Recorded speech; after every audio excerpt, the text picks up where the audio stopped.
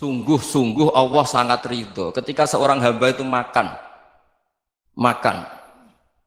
makan ketika sesuap nasi dia muji Allah, ketika minum seteguk nasi dia muji Allah. Itu kalau orang diridhoni Allah itu wali betul.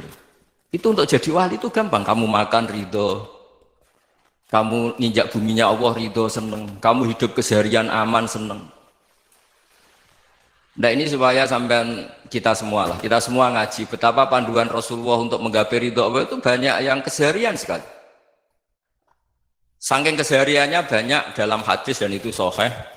Nabi menyebut hal-hal yang keseharian. Hatta ma tas'alu fi fimra'atika, kamu punya uang kemudian istri kamu bisa makan itu ibadah. Bahkan sebagian ibadah itu dicontohkan Nabi yang akhirnya diprotes sahabat. Yaitu wa fi buti ahadikum sedekah, kamu menggauli istri kamu itu ya sedekah. Sampai sahabat bilang yang benar ya Rasulullah. Ayati ahaduna syahwatahu wa huwa lahu ajrun. Masa urusan biologis, urusan syahwat kemudian dia dapat pahala.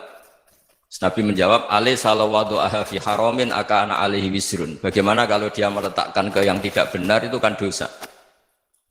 Nah, hal-hal seperti ini yang saya ingin teman-teman semua. Saya juga agak ingin ngaji demi Anda juga agak ingin. Itu dosa sekali ngaji kok pesanan kelompok tertentu itu enggak boleh. Islam itu untuk semua. Jadi ya cuma karena di depan saya jenengan ya seakan-akan jenengan korbannya.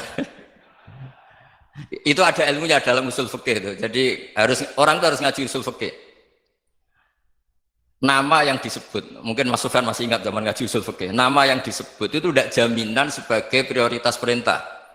Jadi misalnya gini, kebetulan yang di depan Nabi itu Abu Dzar.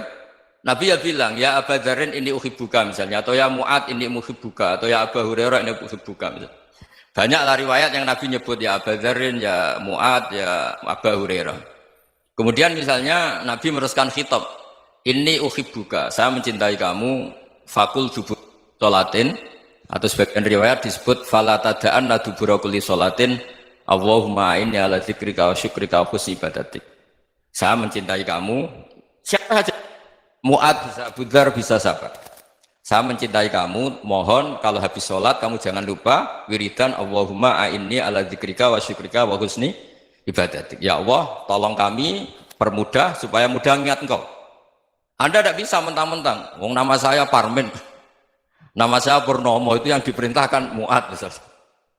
Jadi yang disebut satu, tapi khitab itu untuk siapa saja. Saya teruskan. Jadi saya mohon semua kita melakukan kebaikan itu kalau dalam kaidah fikih disebut al yakin la yuzalu bisyak. Banyak kebaikan yang kebenarannya itu 100%. Tidak punya efek samping ke pihak lain, ke kelompok lain, ke komunitas lain.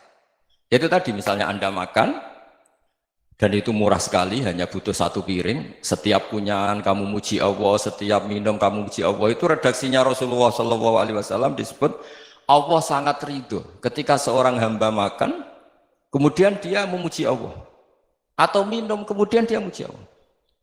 Logikanya gampang. Negara seperti ini yang kamu harapkan bentuknya kayak apa, mertua, ipar, komunitas, tetangga, itu nyata terjadi itu kan belum pasti. Sementara yang mesti terjadi adalah kamu butuh makan, kalau tidak mati. Butuh minum, kalau tidak mati. Butuh bumi yang nyaman ditempati, kalau tidak kita juga mati. Sebab itu Allah kalau menyebut nikmatnya itu hal-hal yang keseharian.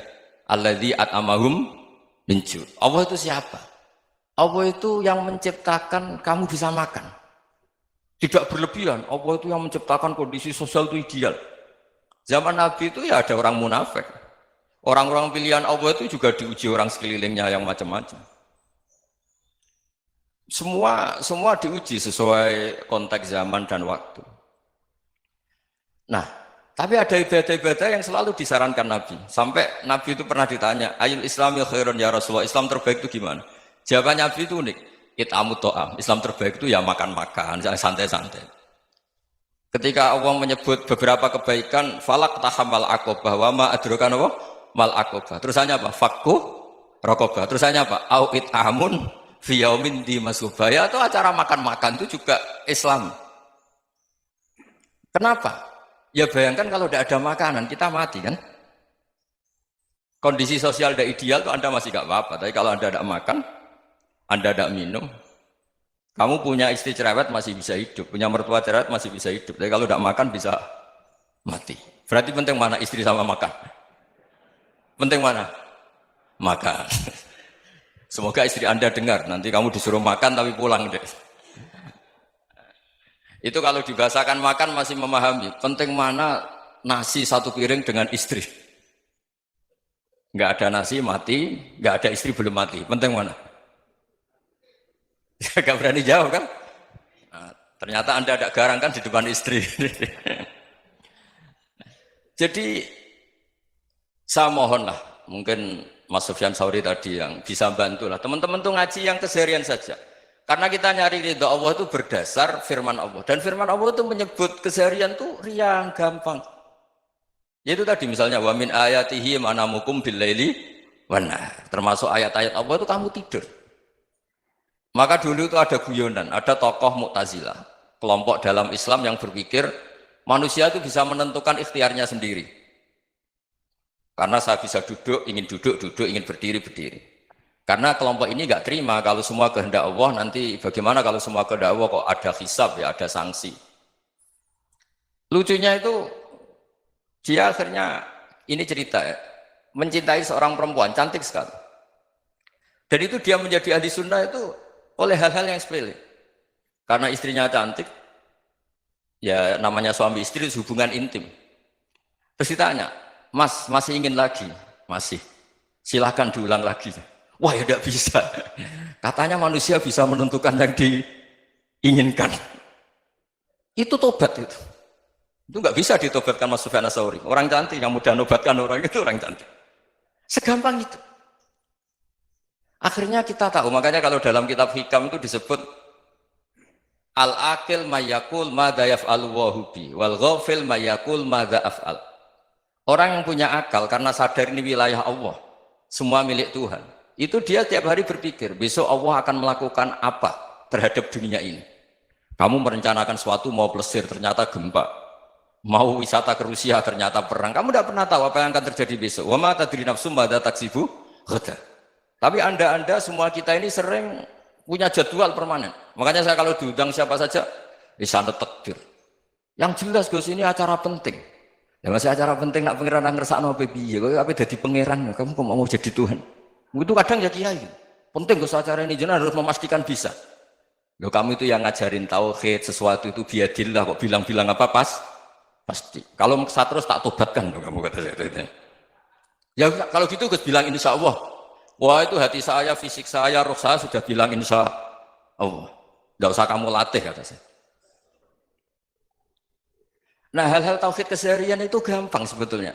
Wal ghafil yaqulu madza af'al. Tapi orang yang lupa Allah dia setiap hari bilang besok apa? Kita bisa melakukan apa? Seakan-akan dia itu aktor, dia penting, dia subjek permanen, dia. Padahal kita ini hanya objek kehendak Allah Subhanahu wa taala. Karena kita yakin sesuatu yang terjadi di alam raya ini kita tidak bisa apa-apa. Makanya saya sering ngaji, sering bilang saya. Ketika Anda mensifati Allah, dia yang menghidupkan. Sudah itu tanamkan, sehingga ketika kita mati, santai saja. Kenapa santai? Allah punya cara menghidupkan kita. Zaman kita hidup juga gak tahu caranya ngelola jantung, ngelola paru-paru. Kamu juga gak tahu ngelola oksigen yang tidak beracun, tidak mengandung polusi. Tahu-tahu hidup. Gak ingin tua ya tahu-tahu tua, gak ingin mati tahu-tahu mati. Selama ini kita hidup juga gak tahu apa sebetulnya. Hanya gaya tok, punya jadwal, punya planning. Kalau kamu bisa menentukan pilihan Anda, pasti Anda istrinya cantik, 4 neriman semua, kona'ah semua. Nyatanya enggak kan? Ada 1 jelek, cerewet.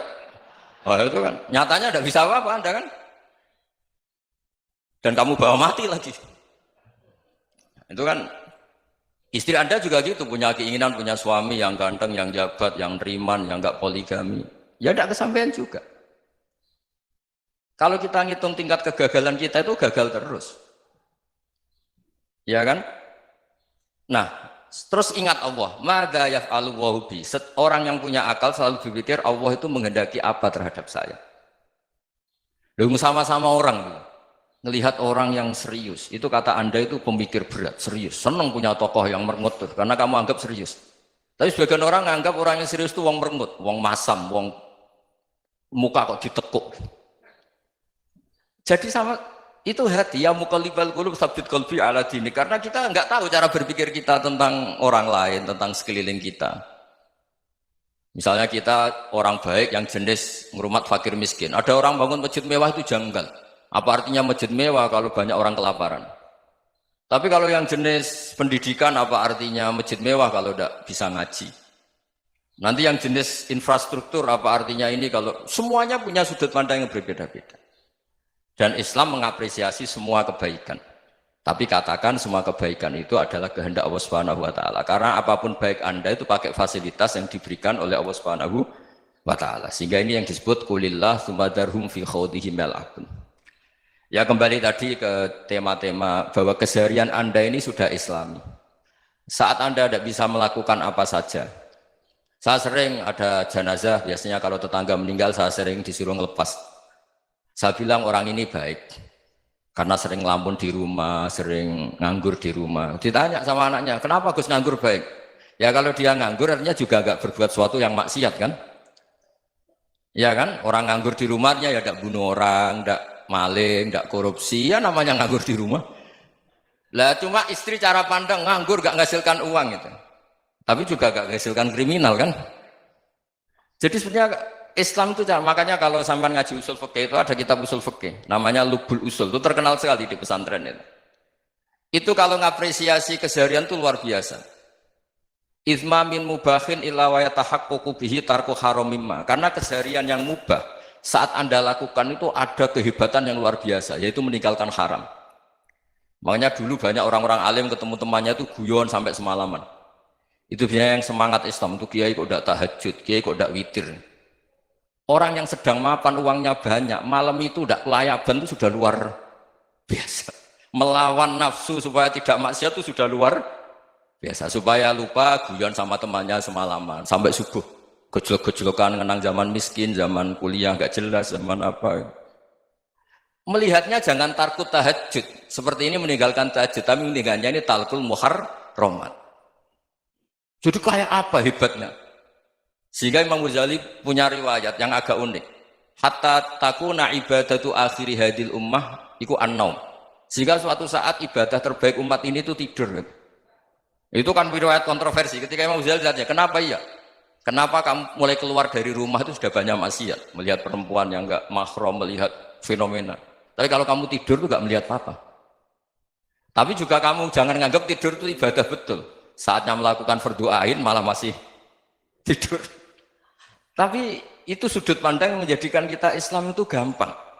Jadi saat Anda tidak bisa aktivitas apa-apa, misalnya ada beberapa orang yang lumpuh. Lumpuh itu memang nggak bisa Jumatan, nggak bisa ibadah, tapi dia juga nggak bisa maksiat.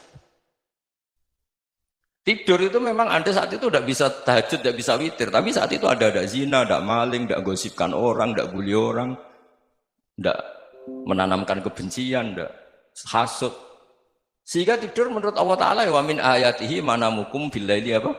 Wanahar. Karena di tidur itu selain ada unsur istirahat, jaga kestamina, juga ada unsur meninggalkan beberapa keburukan. Nah saya mohon ibadah yang keseharian ini kita jaga.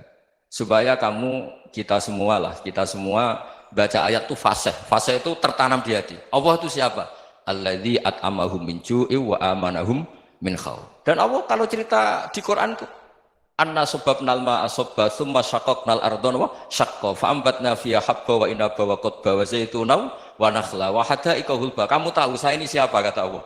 Saya ini adalah Tuhan yang menurunkan air, kemudian ada tanaman banyak, habba wa inaba wa qadba, ada zaitun, ada tin, kalau orang Jawa mungkin ada tela, ada padi, ada mangga, ada pisang. Sudah. Wa inaba wa zaituna wa nakhla wa hada'iqa hulba, ada perkebunan yang lebat. Tujuannya apa? Mata Allahkum, silahkan kamu pakai, kamu nikmati. Tapi karena kadang kita ini punya ide-ide besar, tadi untuk syukur saja nunggu punya istri riman, rumah baik, tetangga baik, komunitas baik, semuanya baik baru syukur. Lama-lama nanti ada di surga, syukurnya nunggu surga paling kelas A. Itu sudah ada yang menghuni Rasulullah, kamu nggak boleh di situ. Masa untuk syukur saja? Repotnya Masya Allah. Jadi mohonlah Quran yang kalau Anda hafalkan juz sama itu kan ada ayat-ayat yang kayak tadi.